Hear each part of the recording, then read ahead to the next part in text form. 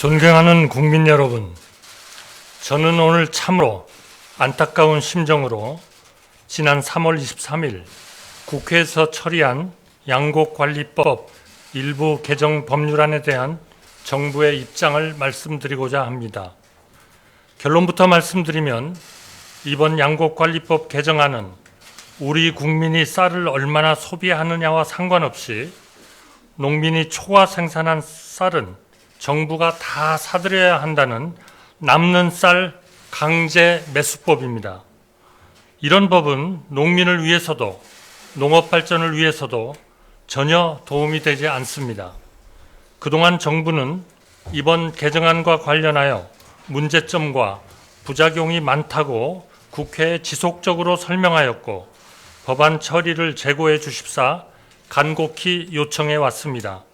이번 법안은 농업계에서도 많은 전문가들이 쌀 산업과 농업의 자생력을 해칠 수 있다고 우려하고 있습니다. 한농련, 쌀전업농연합회 등 농업인 단체들도 법안에 대한 반대의 목소리를 내고 있습니다. 상황이 이런데도 국회에서 양곡관리법 개정안이 일방적으로 처리되었다는 점을 저는 매우 유감스럽게 생각합니다. 국민 여러분, 쌀은 우리 국민의 주식이며 농업과 농촌 경제의 핵심입니다. 정말 농업을 살리는 길이라면 10조 원도, 20조 원도 충분히 쓸 수 있습니다. 그러나 이런 식은 안 됩니다. 안 그래도 지금의 우리 쌀 산업은 과잉 생산과 쌀값 불안이 반복되고 있습니다. 양곡관리법 개정안은 쌀 산업을 더욱 위기로 몰 것으로 우려됩니다. 각계각층의 의견을 수렴하고 금일 당정 협의를 한 결과 이번 법안의 폐해를 국민들께 알리고 국회에 제의 요구를 하는 것이 타당하다는 데 의견을 모았습니다. 이에 오늘 저는 이 자리를 빌어 국민들께 이번 양곡관리법 개정안의 문제점을 소상히 말씀드리고자 합니다. 문제가 많은 법률안에 대한 행정부의 제의 요구는 올바른 국정을 위해서 헌법이 보장한 절차입니다. 첫째, 개정안은 시장의 수급 조절 기능을 마비시킵니다. 그 피해는 고스란히 농민들에게 돌아갑니다. 지금도 정부는 반복되는 생산 과잉으로 가격이 폭락할 때 남는 쌀을 사들이는 쌀 시장 격리를 실시하고 있습니다. 하지만 이 조치는 시장이 제 역할을 못하는 긴급한 상황에 한해 최소한의 수준으로 이루어져야 합니다. 쌀이 남아 도는데도 영구히 무조건 사들이는 것은 시장의 수급 조절 기능을 더욱 무력화시킵니다. 공급 과잉이 더 심해지고 가격은 더 떨어질 것입니다. 지금은 어떻게든 쌀 소비를 늘리거나 품질 좋은 쌀을 생산하고자 노력하는 농민들이 많지만 앞으로는 그래야 할 이유마저 사라지게 됩니다. 개정안이 시행되면 현재 23만 톤 수준의 초과 공급량이 2030년에는 63만 톤을 넘어서고 쌀값은 지금보다 더 떨어져 17만 원 초반대에 머무를 것으로 농촌경제연구원은 전망하고 있습니다. 그 피해는 고스란히 농업인들이 입게 됩니다. 특히 영세 농업인들이 가장 큰 타격을 받을 것입니다. 쌀 가격을 안정시키고 농민을 보호하겠다는 명분과는 달리 개정안은 더더욱 우리 농업을 파탄으로 몰 것입니다. 둘째, 미래 농업에 투자해야 할 재원이 사라지게 됩니다. 개정안에 따른 재정 부담은 연간 1조 원 이상입니다. 이 돈이면 300개의 첨단 스마트팜을 조성하고 청년 벤처 농업인 3,000명을 양성할 수 있습니다. 농촌의 미래를 이끌 인재 5만 명을 키울 수 있습니다. 농업 경쟁력 강화와 청년 농업인 육성에 써야 할 재원을 남아도는 쌀 매입에 쏟아부으면 농촌의 혁신은 더욱 멀어집니다. 과잉 생산된 쌀을 정부 창고에 수년간 보관하다가 5분의 1, 10분의 1도 안 되는 가격으로 주정용이나 사료용으로 처분하는 것은 혈세의 낭비입니다.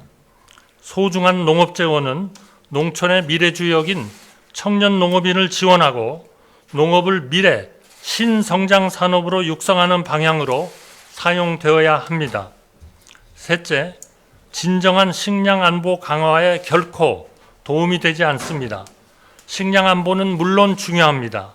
최근의 기후변화와 우크라이나 전쟁 등으로 국제 곡물 공급망이 불안해지는 상황이라 더욱 그렇습니다.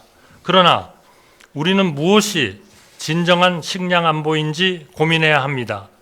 이미 자급률이 높은 쌀을 더 생산하는 것은 합당한 결정이 아닙니다. 오히려 해외 수입에 절대적으로 의존하는 밀, 콩 같은 작물의 국내 생산을 확대하는 것이 국가 전체와 농민을 위한 결정입니다. 쌀만 가지고 식량 안보를 따지는 시대는 지났습니다. 국민들의 먹거리 수요의 변화에 맞춰 농축산물, 수산, 가공품 등 다른 분야의 수급을 균형적으로 고려해야 합니다. 개정안은 남아도는 쌀만 더 생산하게 하고 부족한 작물의 자급률을 높이는 데는 전혀 도움이 되지 않습니다. 넷째, 농산물 수급에 대한 과도한 국가 개입은 이미 해외에서도 실패한 정책입니다. 60년대 유럽에서도 가격 보장제를 실시했다가 생산량 증가와 가격 하락에 따른 농가 소득 감소 부작용으로 결국 중단했습니다. 태국도 2011년 가격 개입 정책을 펼쳤다가 수급 조절의 실패와 과도한 재정 부담으로 이어져 3년 만에 폐지했습니다. 시장 원리를 거스르는 포퓰리즘 정책은 결코 성공할 수 없습니다. 이번 개정안은 지난 정부에서도 그런 이유로 이미 반대하였던 법안입니다. 그때는 틀리고 지금은 맞다는 식으로 다시 추진하는 것은 혈세를 내는 국민들에게 도리가 아닙니다. 존경하는 농업인 여러분, 지난 정부는 정책 실기로 쌀값 대폭락을 초래한 바 있습니다. 쌀값 안정과 수급 균형 회복을 위한 우리 정부의 의지는 확고합니다. 지난해에도 역대 수확기 최대 물량인 45만 톤의 시장 격리 대책을 통해 쌀값을 빠르게 안정시킨 바 있습니다. 오늘 정부와 당은 농업 미래 발전과 쌀 수급 안정에 대해 진지하게 논의하였습니다. 우리 정부는 시장을 왜곡하는 정책이 아니라 진정으로 농업을 살리는 다양한 지원 정책을 통해 식량 생산의 수급 균형을 맞춰 나가겠습니다. 쌀 소비 수요를 최대한 확대하고 고품질 쌀 생산 체계를 강화하는 등 쌀 산업의 경쟁력 강화에 집중하겠습니다. 더 이상 쌀만 생산해서는 안 됩니다. 밀이나 콩 등 다양한 작물을 재배하는 농민들에게도 직불금을 지원하겠습니다. 수입밀을 대체할 수 있는 가루쌀 산업도 활성화시키겠습니다. 미래 농업, 농촌의 발전을 위해 과감히 투자하고 지원하겠습니다. 국민 여러분, 국민이 먹고 사는 문제, 그리고 농업, 농촌, 농민의 삶과 직결된 일로 정치적 이익을 추구해서는 안 됩니다. 개정안은 국민 누구에게도 도움이 되지 못합니다. 실패가 예정된 길로 정부는 차마 갈 수 없습니다. 이에 정부는 우리 쌀 산업의 발전과 농업의 미래를 지키기 위해 양곡관리법 개정안 제2요구를 대통령께 건의하고자 합니다. 이러한 결정은 국익과 농민을 위하고 올바른 길로 가기 위한 결단이라는 점을 국회와 농업계 그리고 국민 여러분께서 이해해 주시기를 간곡히 요청드립니다. 앞으로 정부는 생명산업인 농업과 공동체의 터전인 농촌을 진정 위하는 방향으로 더욱 노력하겠습니다. 감사합니다.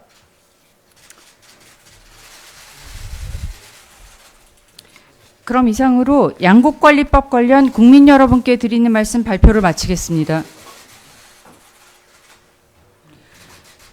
이제 발표와 관련해 질의응답 시간을 갖도록 하겠습니다. 서울신문 서유미 기자입니다. 그 1조 원 재정 부담으로 첨단 스마트팜이나 뭐 청년 농업인을 육성할 수 있다고 했는데 지금 현재 어려움을 겪고 있는 쌀 농가의 직접적인 그런 대책이 되지는 않은 것 같습니다. 혹시 쌀 가격 하락으로 어려움을 겪고 있는 쌀 농가들을 위한 직접적인 대책도 오늘 논의가 됐는지 궁금합니다. 네, 기본적으로 농식품부 장관이 답변을 드리겠습니다. 기본적으로 우리 양곡관리법 이번에 의결된 개정안에 대해서 반대하는 이유는 이게 이제 의무 매입, 지금 강제 매수가 되겠습니다만 이렇게 되면 결과적으로 쌀 가격이 10% 정도 떨어진다. 지난 5년간 평균 쌀 가격이 19만 3천 원인데 거기에 비해서 약 10% 하락해서 17만 2천 원까지 떨어진다. 점진적으로 계속.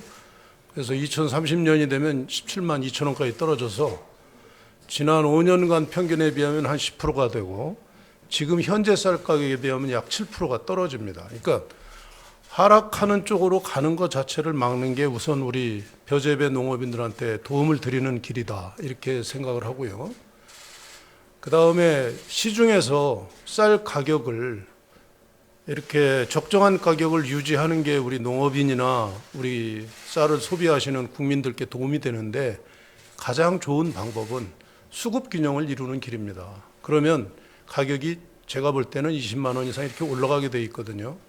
남는 쌀을 인위적으로 이렇게 처리하는 데는 국민 혈세가 들어가지만 적정한 수준으로 유지를 하면 시장에서 자연적으로 적정한 가격이 유지되기 때문에 농업인한테 큰 도움이 된다 이렇게 생각을 하고 그래서 이제 정부가 채택을 한 게 전략작물 직불제라고 그래서 지금 남는 밥쌀을 더 생산하지 말고 그 쌀을 지금 한 4만 헥타 정도만 줄이면 시장에서 수급 균형을 이룰 수 있습니다.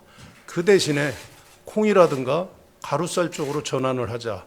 전환이 쉽지 않기 때문에 거기에 헥타당 250만 원 정도, 조사료는 430만 원입니다만은 그 정도의 직불제를 추가로 들여서 수급 균형 쪽으로 가자 하는 게 지금 정부의 기본 방향입니다.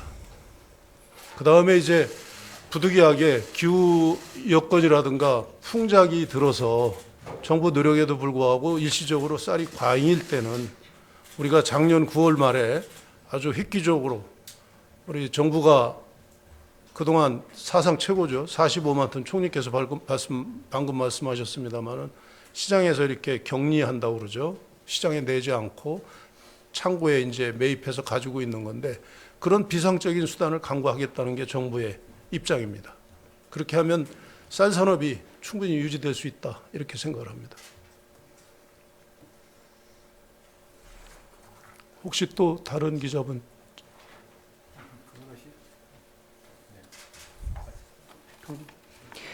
자, 그럼 이상으로 질의응답을 마치겠습니다. 감사합니다. 네.